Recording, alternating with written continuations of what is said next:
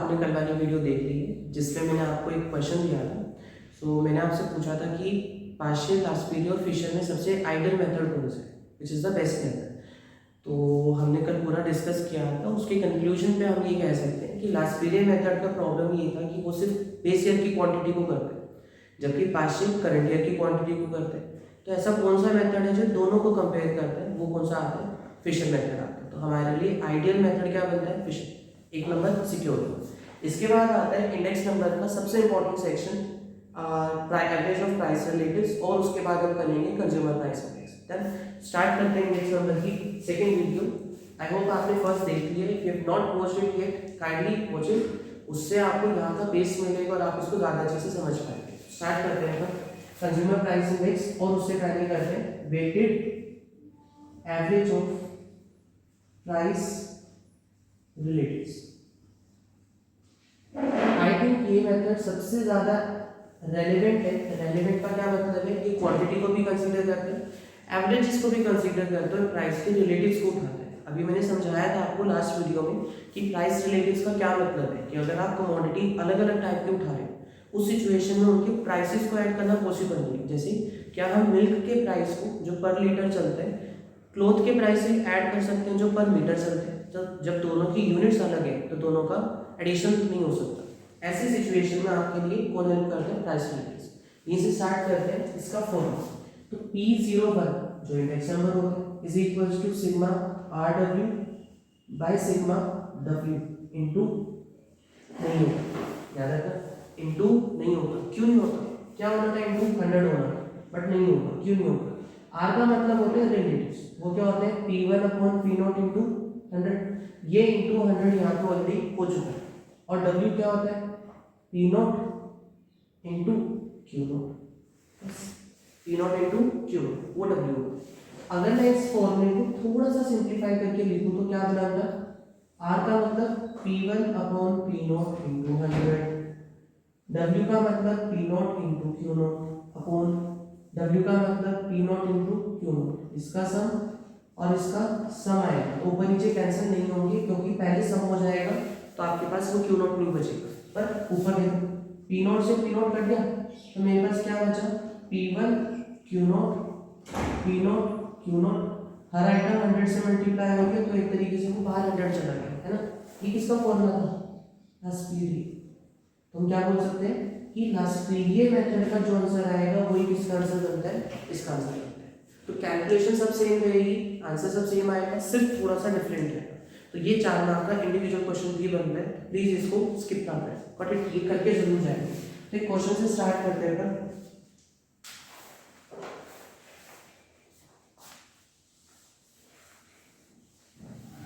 एक क्वेश्चन से स्टार्ट करेंगे। लेट्स सी, हमारे पास एक क्वेश्चन है, दिस इज क्वेश्चन 4। 3 क्वेश्चन हम क्लास में ऑलरेडी कर चुके हैं, दिस इज ना 4th क्वेश्चन।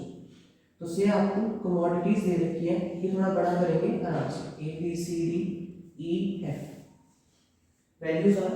अच्छा एक चीज और देखो, इस पूरे फॉर्मूला में प्राइस दे रखा है P1 और P0 फॉर्मूला, उसके साथ क्वांटिटी भी दे रखी है, बट केवल एक क्वांटिटी, कौन सी? Current year. ऊपर का है नहीं, इसमें ये दोनों यूज हो रहे हैं। इसका मतलब इसके अंदर अगर खाली आपको पेपर में क्वांटिटी लिखी है लेकिन ये ना लिखा हुआ कि वो बेस ईयर की है या वो करंट ईयर की है, ऐसी सिचुएशन में हमेशा मान के चलो कि वो सिर्फ क्या दे रही है? बेस ईयर की क्वांटिटी, ठीक है। इसके बाद प्राइसेस दे रखे हैं बेस ईयर के और करंट ईयर के। तो इस क्वेश्चन से स्टार्ट करते हैं। आपको क्वांटिटी की बनेगी P0 और P1 की बनेगी। सबसे पहले मैंने आपको हमेशा बोला था ऑलवेज राइट डाउन फॉर्मूला, कुछ नहीं तो फॉर्मूले के नंबर तो लेने फ्री है। अब स्टार्ट करते हैं। सबसे पहले R निकालते हैं। R का क्या मतलब है बेटा? P1 upon P0 into 100। I am doing it step by step, देखो ध्यान से। P1 मतलब 8/5 इंटू 100, कैंसिल किया इसको 20 से, है ना। तो कितना बना? 28 × 160। 14/8 इंटू 100, 8 से 14 को कैंसिल किया 7 और 4 पे, 4 से कटा 25 पे, 25 7 × 175। 18/12 इंटू 100, ये 3 पे, ये 2 पे, ये 50 पे, तो कितना होगा? 150।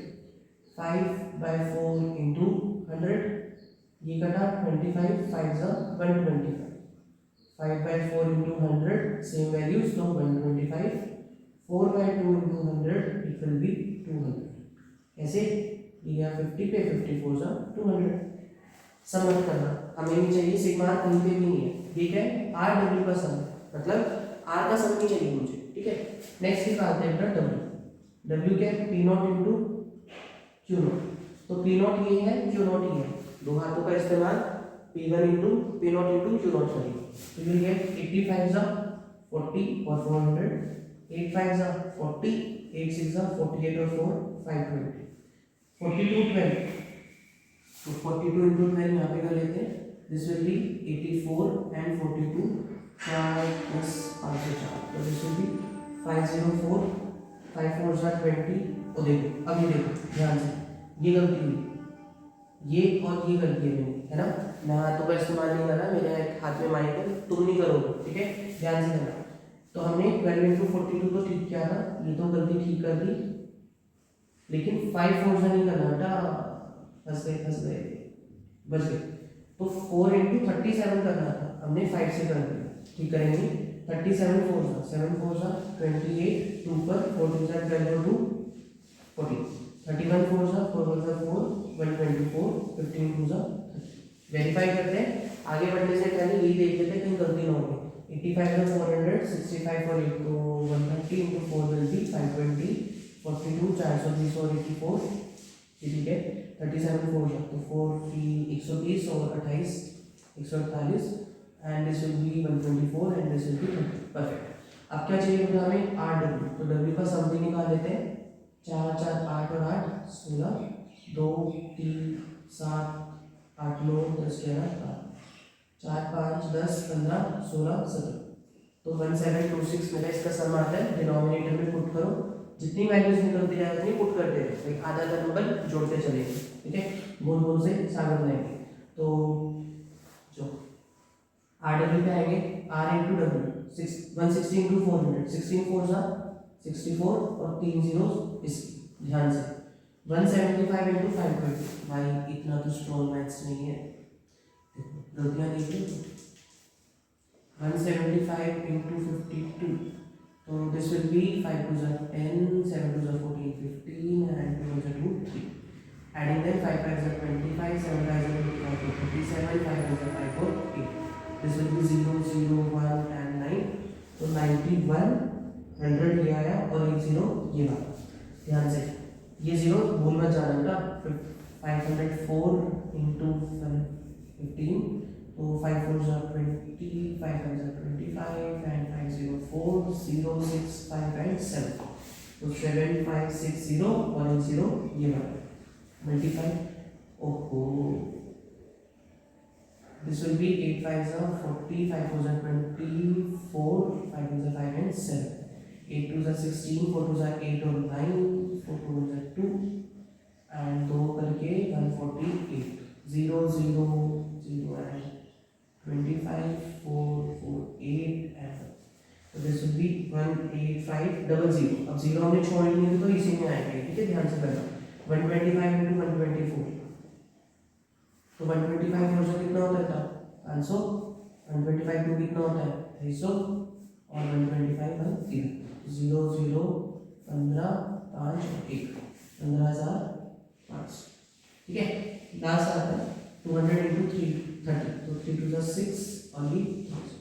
बस ऐड करेंगे, पहले यूनिट प्लेसेस ऐड कर लो 0, फिर टेंस प्लेसेस ऐड कर लो 0, फिर 100 6 और 5 और 5 16, 4 5 6 और 5 11 और 8 19 और 5 24 और 6 30, 6 और 3 9 9 18 18 और 7 25 26 22। तो हमारे पास बनता है बेटा 2,70,600 और यह है 1726, तो 270,600। एक बार वेरीफाई करेंगे, देखिए ध्यान से, मैं मुझसे वेरीफाई कर देता हूँ, ये हमारा बिल्कुल परफेक्ट आ रहा है।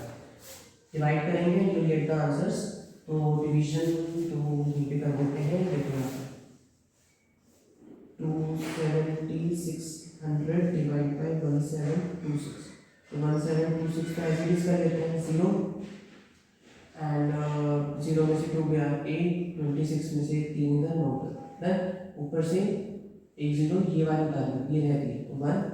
अब 9800 और ये 1700 समझे इस बात 17 की टेबल में 98 आता है चेक करो कितने पे 17 की टेबल 5 पे कितना देता है 85 देता है देन 85 देता है 70 100 35 तो 85 प्लस 17 करूँगा तो कितना चला गया वो मेरा 90 102 चला गया तो इसका मतलब स्टेट मुझे पता है 5 पे जाना चाहिए तो 6 5 जा 30 5 2 जा 10 और 3 13 7 5 जा 35 और 36 3 ऊपर 5 जा 5 और 8 वेरीफाई करें चेक करेंगे एक बार तो 5 6 जा 30 3 ऊपर 5 2 जा 10 और 3 13 1 ऊपर 7 5 जा 35 36 ये ठीक है तो 0 7 1 1 और एक 0 उतारा अब 11,000 तो 5 पे ये गया था तो अप्रोक्सीमेटली 6 पे ये जाएगा तो 6 6 जा 36 6 2 जा 12 और 3 15 7 6 जा 42 43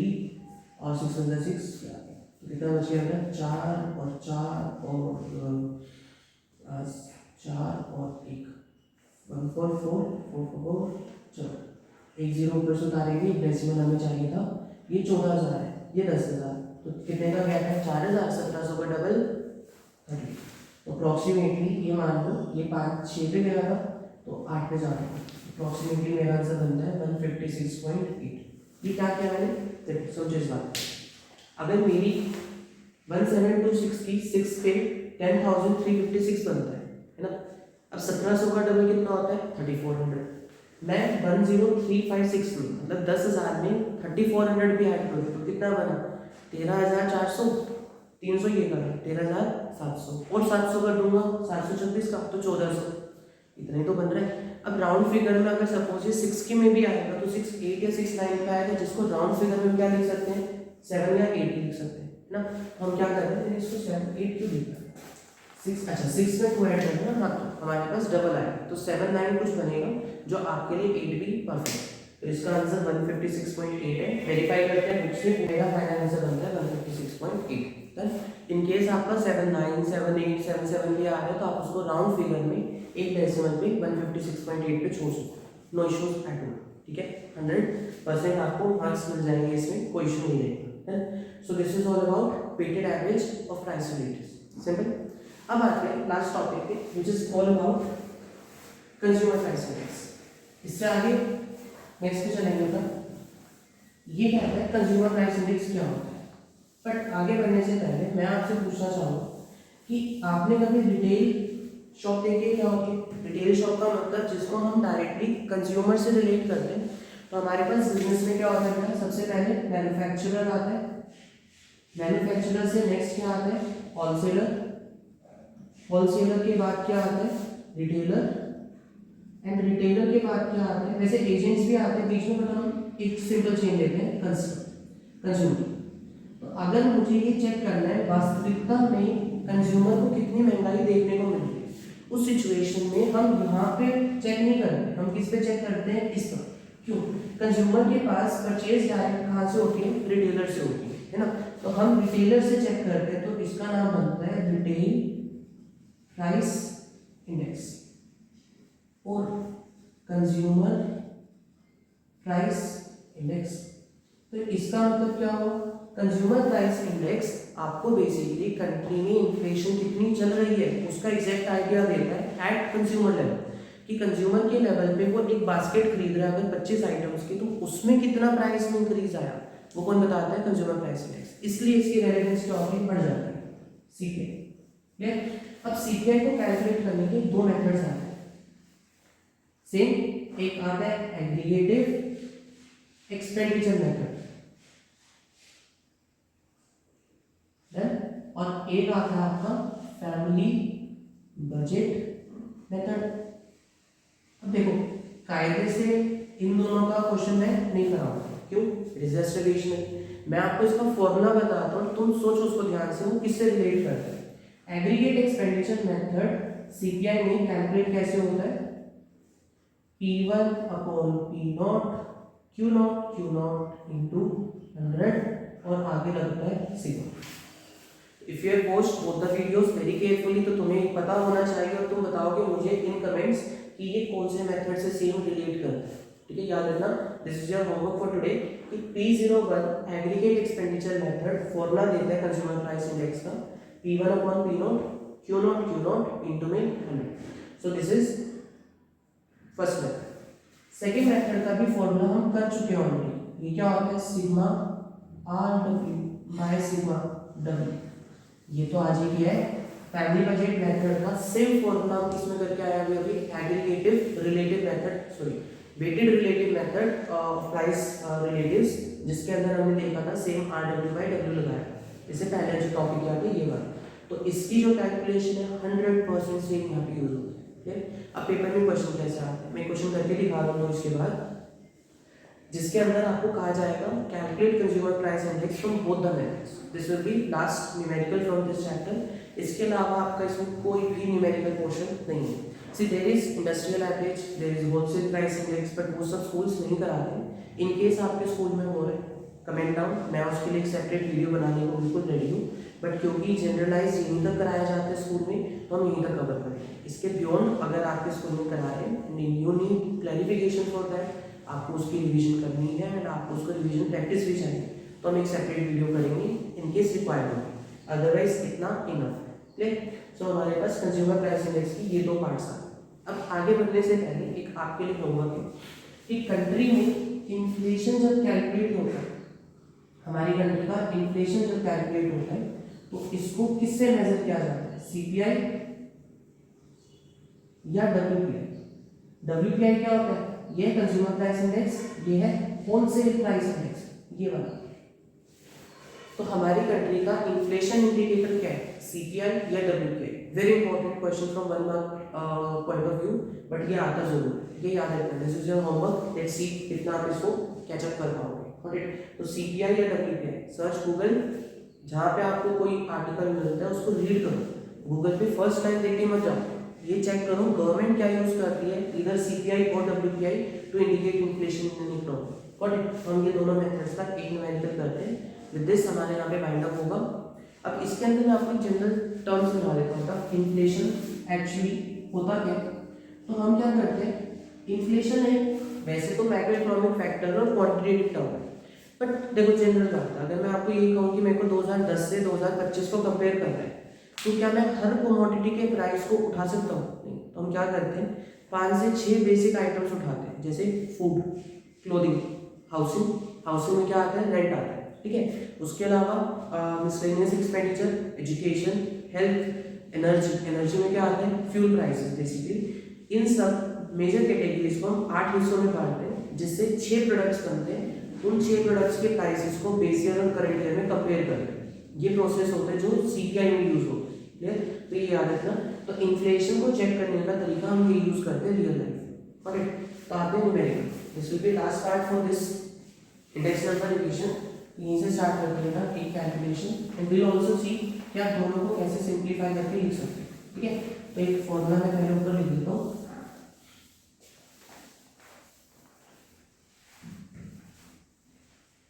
यहाँ पे फॉर्मूला लिखते हैं। First formula is aggregate expenditure method, जिसका फॉर्मूला था sigma P1 P0 Q0 Q0 into 100 sigma. और सेकेंड था family budget method, this will be sigma RW by sigma. Okay, एक क्वेश्चन से स्टार्ट करेंगे। This will be 5th question for the whole division and it starts with commodity A B C D E, base year का price, base year की current year का price और quantity दे रखी है। फिर से क्लैरिफिकेशन, यहाँ पे सिर्फ बेस ईयर की क्वांटिटी है और इसमें भी हमारे पास R क्या होता था, P1 अपॉन P0 इंटू 100 और W क्या होता है, P0 Q0, विच मीन्स पूरे के पूरे CPI में करंट ईयर क्वांटिटी की कोई वैल्यू नहीं है, तो हमें उससे कोई लेना देना नहीं है। हम सिर्फ इसको कंसीडर करते हैं बेस ईयर। तो यहाँ पे जो मेरे लिए क्वांटिटी गिवन होती है वो हमेशा क्या होती है, थोड़ा सा ऐसे लिख देते हैं। जो क्वांटिटी गिवन होती है उससे कौन सी होती है, बेस ईयर की। ठीक है, तो स्टार्ट करते हैं। इसको इधर रखिए, P naught, Q naught and P, है ना, वैल्यूज लिखते हैं। So these are given to be 100, 25, 10, 20, 25 and 50. F okay. Then base year prices है 865,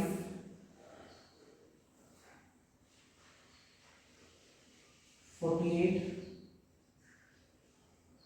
15 and 9. करंट ईयर के प्राइस है 12, 7.5, 5.25, 52, 16.5 एंड 27। ये मुश्किल क्वेश्चन उठा लिया हमने, कैलकुलेशन बढ़ जाएगी बट अब कर ही है तो स्टार्ट करते हैं। तो सबसे पहले तो यहाँ पे हमेशा मैंने आपको कहा है फॉर्मूला को वी के नंबर बटोरो, expenditure method P01 sigma P1 P0 Q0 Q0 into 100 और second will be family budget method. देखो अब मैं इसमें आपको इस बात की गारंटी दे सकता हूँ कि दोनों से आंसर क्या आता है, सेम आता है।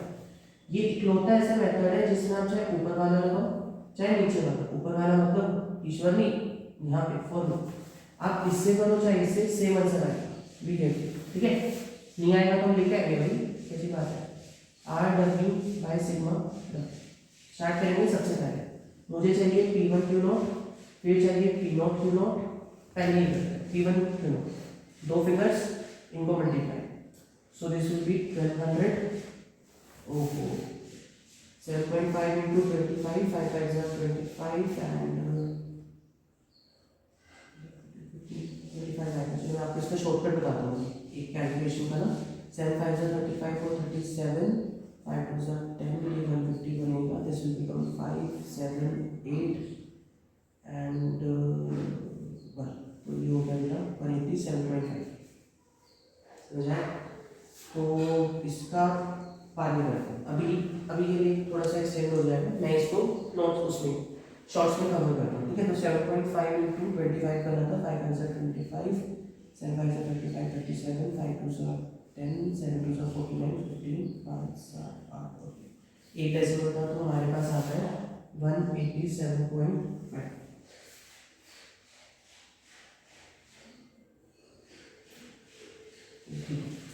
अब नेक्स्ट है मेरा 525 into 10, तो ये तो डायरेक्ट है 52.5। This will be again direct 100,040। इसको भी कर लेते हैं 16.5 into 25, 5 5 is 25, 6 5 is 30, 32, 5 1 is 5 8 and 5 2 is 10, 6 2 is 12, 13, 2 is 12, 3 5 2 4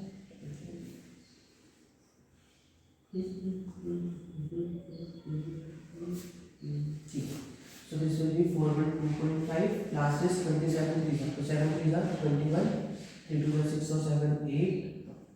ये मेरा P1 Q0 का ऐड कर लेते हैं लगेगा 0.5। दिस विल बी 0.5 को अलग से 1.5 कर लेते हैं, इनकी यूनिट प्लेसेस ऐड करेंगे 7 8 9 10 11 8 पर जाते हैं, तो 0 और 1 प्लस 8 और 1 9 9 और 5 14, 14 और 4 18, 19 20।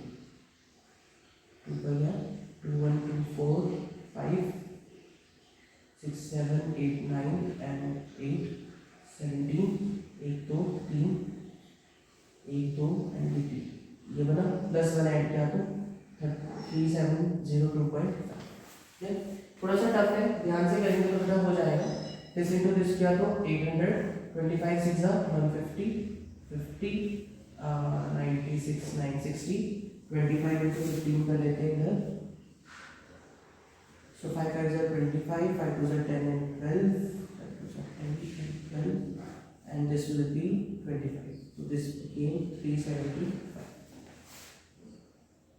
plus 19 are 27 and 27, adding them you get 0 5 5 10 16 16 30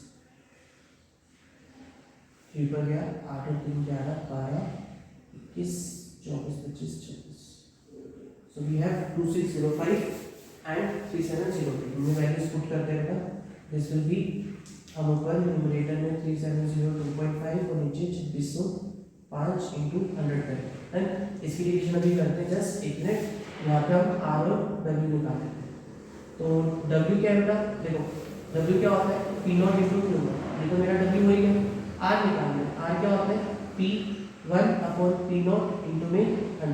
तो बस P one upon P not into 100 करते जाएंगे। 12/8 इंटू 100 विल गेट 12/8 इंटू 100, ये गया 3/2 एंड 2 से क्या 50 150।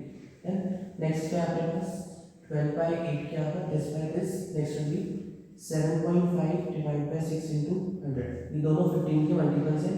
0 डाल के इधर किया, दिस केम एट 5 एट 4, ये गया 25। तो 25 5 से 125। अगेन P1 अपॉन P0, बेटा फिंगर्स यूज करना ध्यान से। 5.25 बाय 5 इंटू 100, 100 से ये डेसिमल्स नीचे के लिए, ये दोनों इसे करके ये कैंसिल होता है 105। 105 भी आएगा, वेरीफाई करते हैं, यस। नेक्स्ट आता है 52/48, 52/48 इंटू 100। इसको 4 से कैंसिल करते हैं, तो this eight 12 and this eight 13। तो this will B 13 divide by 12, you will get 12, 1 1 0, 96 at 8, 4 बचेगा 36 at 3।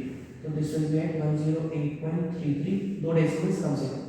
फिर आता है we have 16.5 by 15 into 100।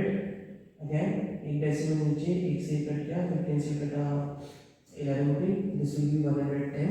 Last is 27/9 into 100, इससे कट गया 3 पर, तो 300। ओके, सो इन सब का आर आ गया। Now we need R W calculation का है ना। बट एक चीज है, अब वो चीज करेंगे। आर डब्ल्यू क्या है, आर क्या है, P1 P not into 100, W क्या है, P नॉट Q नॉट। भाई P नॉट से Q नॉट कट गया, P1 into Q not into 100 बच गया।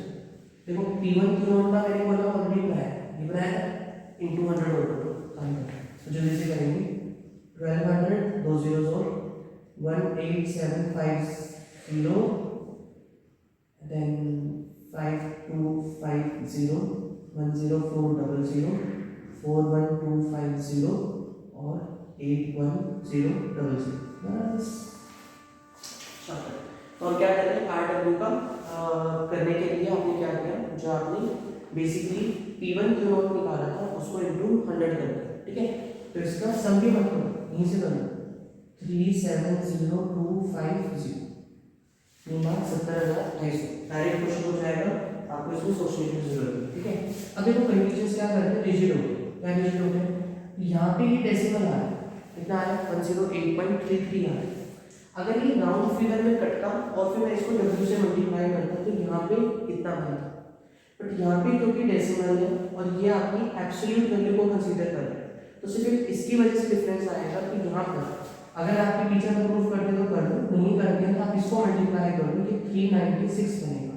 तो 4 कम करेंगे बस, 246। मेरे फाइनल आंसर में तब भी कुछ नहीं फर्क पड़ेगा, मैं तो इसका आंसर ये ही लिखूंगा। क्या लिखेंगे, 370,246 डिवाइड बाय W का सम वाज 2605। मैं तो अपना आंसर जब भी दोनों का सेम ही लिखूंगा। कैसे करें, चलो इसको डिवाइड कर देगा, नीचे वाले को कर देते 370,246 and we have 2605, तो 24605 से डिवाइड किया, you will get 7901, ऊपर से 4, ये 1 पे गया। अब बेटा देखो सिंपल, ये 26 और ये 102 है, 26 4 से कितना होता है, तो चेक करो ध्यान से, दिस विल बी 80 एंड 104 बनता है ना।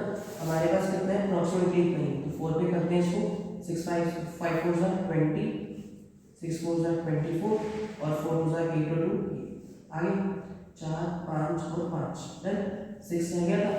अभी कितना करना था, 5500, ये 2600 है, तो 2600 का डबल 5200, तो ये 2 पे ही जाएगा। तो ये बना बेटा 5 to 10 and 6 to 12, 2 to 4 and 5 है। तो बस 6 3 एंड 3 एक 0 होता है कि 1 पे जाएगा, तो मैं अपना आंसर 142.1 142.1 इनकी फाइंड आउट कर दूंगा बस। So this was about index method. अगर आपको कैलकुलेशंस में प्रॉब्लम आती है बेटा तो सिर्फ डिवीजन में आएगी, अदर देन दैट नहीं आएगी।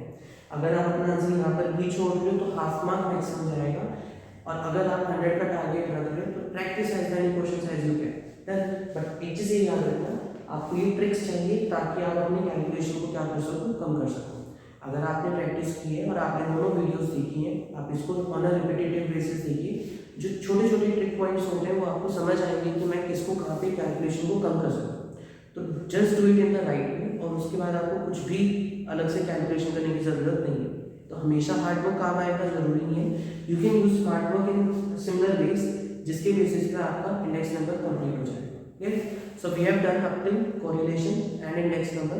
होपफुली आपको ये सब क्लियर है। तो कमेंट में बताइए कि हमें नेक्स्ट वीडियो क्या कवर करनी चाहिए। मेरे एजेंडा में अभी मीन, मीडियन एंड मोड है, basically measures of central tendency.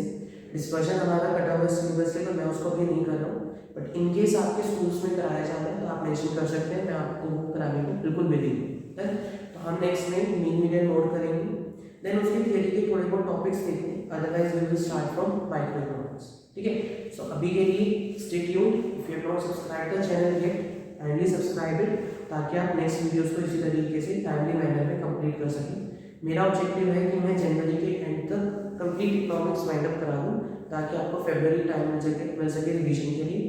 If I get motivated, आपसे मुझे सब्सक्रिप्शंस मिलते हैं और काफ़ी ज़्यादा लोग सपोर्ट करते हैं, तो हम बिजनेस स्टडीज़ भी ट्राई करेंगे और उसके बाद बाकी सब्जेक्ट्स को भी ट्राई करेंगे कि मैं आपको करा सकूँ। बट तो till then take care, bye bye, and calculate as many questions as you can, ताकि आपकी कैलकुलेशंस जल्दी जल्दी हो सके। ठीक है, सो टिल देन बाय, मिलते हैं नेक्स्ट वीडियो में।